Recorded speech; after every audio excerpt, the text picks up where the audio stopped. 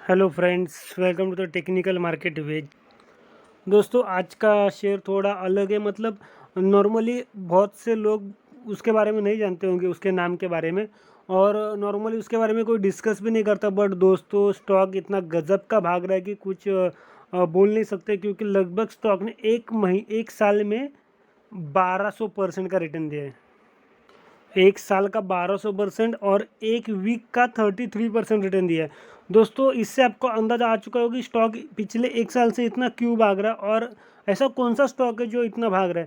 दोस्तों, stock basically IT sector से belong करता है, और आईटी सेक्टर से बिलोंग करके भी ये स्टॉक के बारे में ज़्यादा कोई डिस्कस नहीं करता, क्योंकि रिटेल इन्वेस्टर के पास ऐसे स्टॉक का नाम तक नहीं पहुँचता है। क्योंकि नॉर्मली कैसा क्या बोलते हैं, सीक्रेट पॉइंट कोई नहीं बताता, क्योंकि ये एक ऐसा स्टॉक है कि नॉर्मली कोई डिस्कस नहीं करता, क्योंकि रिटेल इन्वेस्टर इसमें इन्वेस्ट करेगा, पैसा कमाएगा। अरे कोई नहीं चाहता ऐसा। तो मैं आज इस स्टॉक के बारे में आपसे बात करने वाला हूँ। तो देखते हैं कंपनी है कौन सा, आईटी सेक्टर से बिलोंग करता है, और स्टॉक का अभी का क्या कंडीशन है, उसका करंट पी क्या है, और बाकी सब डाटा देखेंगे। बस वीडियो को पूरा और लास्ट तक देखिए, क्योंकि स्टॉक थोड़ा अलग है और हटके है। तो स्टार्ट करते हैं अपना आज का वीडियो। और जो लोग चैनल पर नए हैं, चैनल को सब्सक्राइब कीजिए, बेल आइकन को दबाएं, ताकि हमारे नए और अपडेटेड वीडियो सबसे पहले आप तक पहुँचे। दोस्तों, जिस स्टॉक के बारे में डिस्कस करने वाले हैं, उसका ये प्राइसिंग देख सकते हो, और ये 19 मार्च के दिन देख सकते हो, ये 87 रुपीज़ भाग चुका है। और लगभग परसेंट में देखोगे तो 14.76% का जंप है।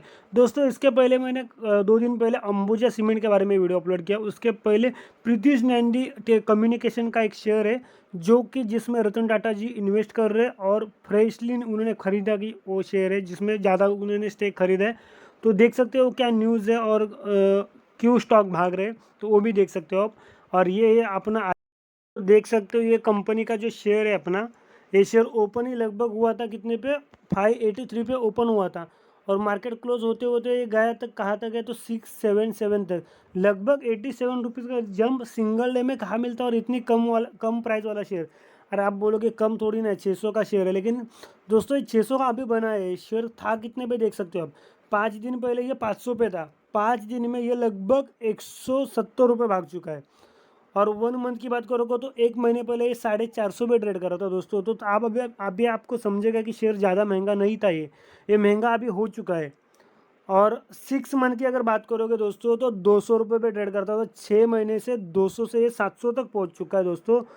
3 गुना पैसा कर दिया इसने।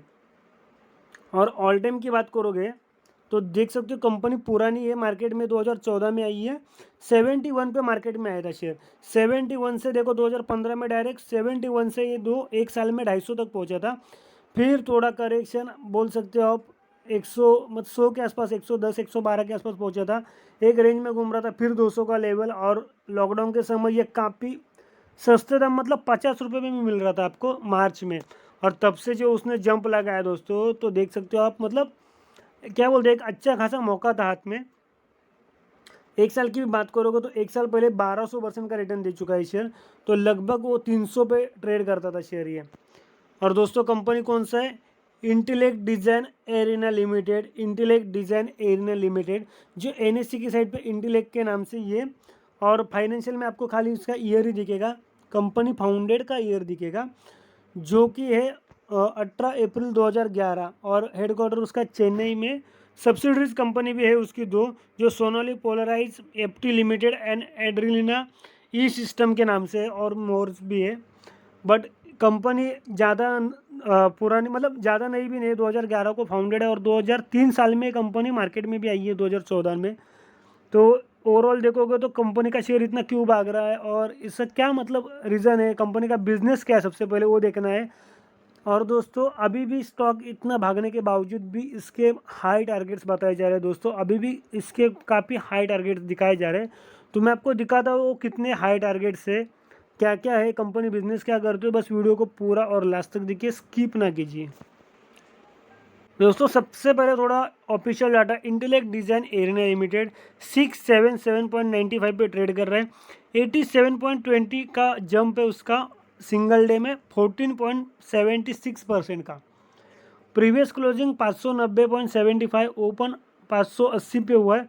हाई उसने अपने एक साल का हाई लगाया 594 का, और ये उसका ऑल टाइम का हाई भी है दोस्तों, जो 594 का है। लो की बात करोगे तो 565 का लो है। क्लोजिंग किसने दिया है 673.30 पे उसका क्लोजिंग है 19 तारीख का।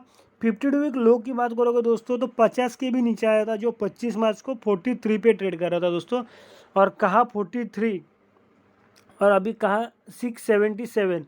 दोस्तों लगभग एक साल होने को आया इस बात को जब ये कंपनी ने अपना हाई लगाया था, और वहाँ से देखोगे तो 19 मार्च को, मतलब एक साल में कंपनी ने 43 से 494 का अपना सपर ट्रेड किया, तय किया है दोस्तों। इतना बढ़िया सपर, कितना क्वांटिटी ट्रेड हुआ देख सकते हो, तो 39,40,784।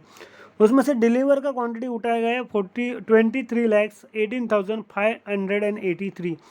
अगर परसेंट में देखोगे तो 58.84% का स्टेक होल्डिंग के लिए, मतलब लॉन्ग टर्म के लिए उठाया गया है दोस्तों। और यहाँ पे देखेंगे उसका फाइनेंशियल रिजल्ट, जो कि देखना इम्पोर्टेंट है दोस्तों। और देख सकते हो सितंबर क्वार्टर का जो उसका नंबर है, और उसके मतलब टोटल इनकम में भी ग्रोथ है और उसके प्रॉफिट में भी ग्रोथ है। नेट प्रॉफिट देख सकते हो 4,599 वैल्यूजन लैक्स दिखा रहा है यहाँ पे। और वही बात करो दिसंबर क्वार्टर की तो 6,659, मतलब लगभग डेढ़, मतलब 1.5 लैक्स का यहाँ पे जम दिख रहा है यहाँ पे। और शेयर होल्डिंग की बात करोगे दोस्तों तो आपको दिखेगा यहाँ पे प्रमोटर के पास है 31.33% का स्टेक था सितंबर क्वार्टर में, जिसमें से 0.03% का स्टेक कम होके 31.30% का स्टेक बचा है प्रमोटर के पास।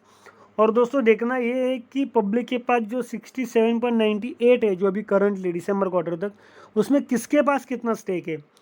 और यहाँ पे स्टॉक डिविडेंड तो उतना नहीं दे रहा है, बट दोस्तों इसका राइट इश्यू हुआ था 2017 में, जो देख सकते हो राइट इशू 5:22 @ ₹81। तो दोस्तों स्टॉक ने स्प्लिट, मतलब राइट इशू भी किया है, जिसके बदौलत स्टॉक में थोड़ा देख सकते हो तो स्टॉक और आगे भाग जा सकता था और हाई प्राइस पे आपको दिख सकता था। लेकिन स्टॉक 2017 में राइट इशू करने की वजह से स्टॉक में आपको प्राइसिंग ज़्यादा नहीं दिख रहा है। तो स्टॉक अभी काफ़ी हाई प्राइस पे आपको ट्रेड करते हुए दिख रहा था। अभी देखेंगे और थोड़ा डाटा, क्योंकि अभी बहुत सारा इसका फंडामेंटल और डाटा, टेक्निकल डाटा भी देखना बाकी है।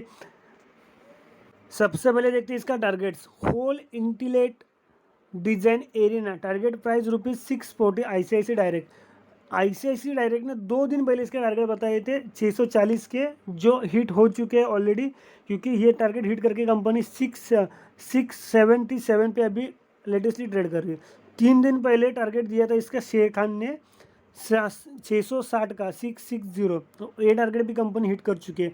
मतलब दोस्तों ये कंपनी जो कुछ टारगेट मिल रहे हैं वो टारगेट हिट करके आगे जा रही है, रोज़ अपना नया नया हाई बनाती जा रही है। और ऐसे वोलाटाइल मार्केट में, जबकि मार्केट पिछले एक हफ्ते से काफ़ी ज़्यादा वोलाटाइल है, जो कि थोड़ा अब ज़्यादा और ज़्यादा डाउन जा रहा है, तो ऐसे माहौल में भी स्टॉक अपना हाई पे हाई बनाते जा रहा है। तो कुछ ना कुछ स्टॉक में बात है, उसका बिजनेस देखेंगे अभी। दोस्तों ये चार्ट देख सकते हो, और मैंने डायरेक्ट 1 ईयर का डाटा मतलब 1 ईयर का चार्ट ओपन किया, और उसका 1 ईयर का रिटर्न देख सकते हो दोस्तों 1299, मतलब 1289% का रिटर्न उसने एक साल में दिया है। 1 मंथ के देखोगे रिटर्न तो 52% का रिटर्न है, और 1 वीक का रिटर्न 33.72% यहाँ पे ऊपर दिख रहा है देखो। मतलब दोस्तों इतना गजब का भाग रहा है स्टॉक। अभी देखेंगे उसका इंट्रिंसिक वैल्यू। दोस्तों करंट प्राइस अभी ज़्यादा हो चुका है उसके इंट्रिंसिक वैल्यू से, मतलब स्टॉक अभी अपने इंट्रिंसिक वैल्यू के आगे भाग चुका है। ये रिटर्न एफडी से अच्छे नहीं बता रहे दोस्तों, बट जैसा अगला अपडेट आएगा नेक्स्ट क्वार्टर का तो ये आपको ग्रीन दिखाएगा, क्योंकि स्टॉक ने इतना गजब का रिटर्न दिया है। तो एफडी तो छोड़ो, इतना रिटर्न आपको कहीं नहीं मिलेगा एक साल में। डिविडेंड का डाटा है ही नहीं, क्योंकि स्टॉक डिविडेंड नहीं दे रहा है। एंट्री पॉइंट की बात करोगे दोस्तों तो स्टॉक अभी इन्वेस्ट करने के मतलब अभी अच्छा नहीं बता रहा है ये साइट पे, क्योंकि स्टॉक अभी ओवरबॉट जोन पे बता रहा है।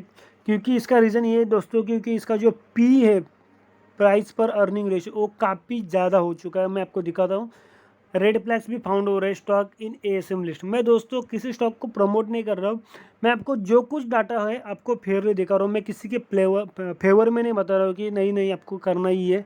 मैं आपको जो कुछ है ओपनली बता रहा हूँ, क्योंकि इन्वेस्ट करने से पहले आपको ये बात पता होनी चाहिए।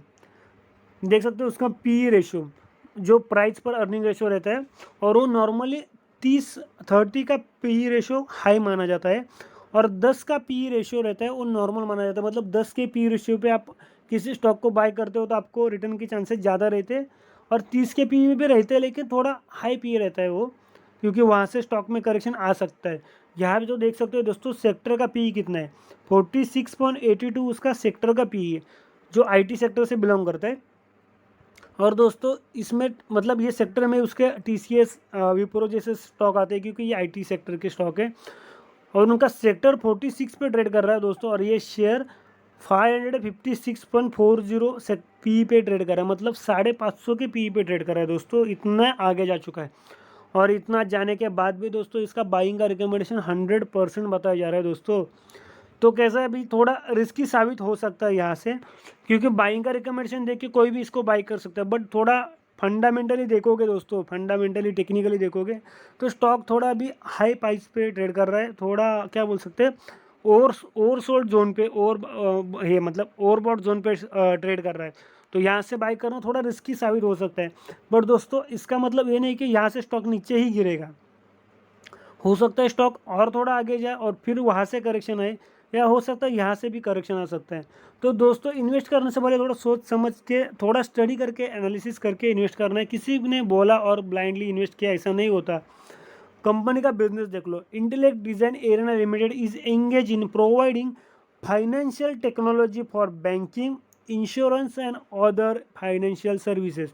तो कंपनी क्या करती है, providing financial technology, company financial technology provide करती है, किसको, बैंक को, इंश्योरेंस सेक्टर को, फाइनेंशियल सेक्टर को, फाइनेंशियल सर्विसेज को। तो टेक्नोलॉजी प्रोवाइड करते हैं, आईटी टेक्नोलॉजी प्रोवाइड करती है कंपनी। इसका ईयरली रिजल्ट देखोगे दोस्तों तो ईयर ऑन ईयर इसका रेवेन्यू बढ़ते जा रहा है, प्रॉफिट भी बढ़ते जा रहा है। खाली 2019 के कंपैरिजन 2020 में थोड़ा कम हुआ है उसका रेवेन्यू और प्रॉफिट भी। जो 2019 में उसका रेवेन्यू था 1.51,000 करोड़, जो कम होकर 1.38,000 करोड़ हो चुका है, और प्रॉफिट 0.13 करोड़ था, 13,000 करोड़ था, जो कम होकर 0.01,000 करोड़ आ चुका है। अभी 2020 के बारे में बोल नहीं सकते, क्योंकि 2020 का साल ही ऐसा था कि बहुत बड़ी बड़ी कंपनी का रिजल्ट थोड़ा डाउनग्रेड आया था। यहाँ पे देखेंगे डिटेल में होल्डिंग, प्रमोटर का होल्डिंग 31.33% था, जो कम होकर 31.30% हो चुका है, जो लगभग 0.03% का होल्डिंग कम हुआ है। म्यूचुअल फंड की बात करोगे दोस्तों तो 3.56% का होल्डिंग लेटेस्ट में था सितंबर क्वार्टर में, जो कम होकर 2.95% हो चुका है, जो लगभग देखोगे तो मतलब 0.61% के आसपास कम हुआ है। डोमेस्टिक वालों की बात करोगे दोस्तों तो पूरा होल्डिंग उनका 0 पिछले 3 क्वार्टर से। फॉरेन वाले इसमें काफ़ी इंटरेस्टेड है दोस्तों, देख सकते हो। सेकेंड हाईएस्ट होल्डिंग किसके पास है, तो ये है फॉरेन वालों के पास, जो है 24.11%। और दोस्तों ये क्वार्टर ऑन क्वार्टर अपना स्टेक बढ़ाते जा रहे हैं, जो 23.12% था, जो बढ़ के 24.11%, मतलब लगभग दोस्तों इन्होंने 0.99% के आसपास होल्डिंग बढ़ा लिया है। मतलब आप अप्रोक्सीमेटली 1% बोल सकते हो। तो किसका कितना कम हुआ दोस्तों, जहाँ पे प्रमोटर का होल्डिंग 0.3% कम हुआ है, म्यूचुअल फंड का 0.61% कम हुआ, मतलब कितना हुआ, 0.64% का होल्डिंग कम हुआ। बट उसके बदले में फॉरेन वालों ने 1% का होल्डिंग बढ़ा लिया दोस्तों। और यहाँ पे मौका मिलते ही मौका नहीं बोल सकते यहाँ पे, बट रिटेल वालों का होल्डिंग भी यहाँ पे कम हुआ है, जो 41.97% था, जो कम होकर 41.62% हो चुका है। मतलब जो रिटेल वालों का होल्डिंग कम हुआ, प्रमोटर का होल्डिंग कम हुआ, और म्यूचुअल फंड का होल्डिंग कम हुआ, वो सब का होल्डिंग जितना भी कम हुआ वो सब बढ़ा लिया है फॉरेन वालों ने, और उन्होंने अच्छा खासा मौका ढूंढ के ये होल्डिंग बढ़ा लिया, और अभी उनका होल्डिंग बढ़ चुका है। मतलब देख सकते हो आप, मतलब रिटेल वालों का तो 41% है, लेकिन सेकेंड हाईएस्ट होल्डिंग हालांकि प्रमोटर का है, बट अगर आप रिटेल वालों को अगर साइड में रखते हो तो सेकेंड हाईएस्ट होल्डिंग फॉरेन वालों का ही है दोस्तों, जो कि 24% है, मतलब नियर बाय 25% के आसपास है। और एक बहुत बड़ी और अंडरलाइन करने वाली बात है कि फॉरेन वाले इस कंपनी में इतने ज़्यादा इंटरेस्टेड है। बाकी इन्वेस्ट करना नहीं करना आपका लुकआउट है, आपका डिसीजन है, क्योंकि दोस्तों स्टॉक का मैं हर एंगल से आपको दिखा दिया है। मैं ये नहीं कि इसको बाई ही करना है या इसको सेल ही करना है, जो कुछ डाटा था मैं आपके सामने पूरा का पूरा शो किया हूँ। इन्वेस्ट करने से पहले अपने फाइनेंशियल एडवाइजर से डिस्कस जरूर कीजिए, खुद स्टडी कीजिए, खुद एनालिसिस कीजिए, सोच समझ के इन्वेस्ट कीजिए किसी भी स्टॉक में, और मार्केट में बने रहिए, अच्छे स्टॉक में बने रहिए, और होल्ड करोगे तभी आपको रिटर्न मिलेंगे। पेशेंस रखना सीखिए। मिलेंगे अगले वीडियो में।